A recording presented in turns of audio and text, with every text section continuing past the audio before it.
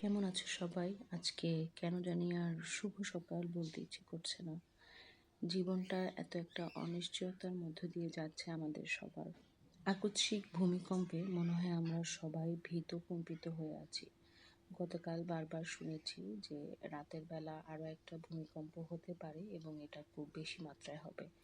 এত ভয়ে ছিলাম, এত চিন্তায় ছিলাম, আতঙ্কে ছিলাম যেন সারা রাত ঠিক মতো ঘুমই হয়নি।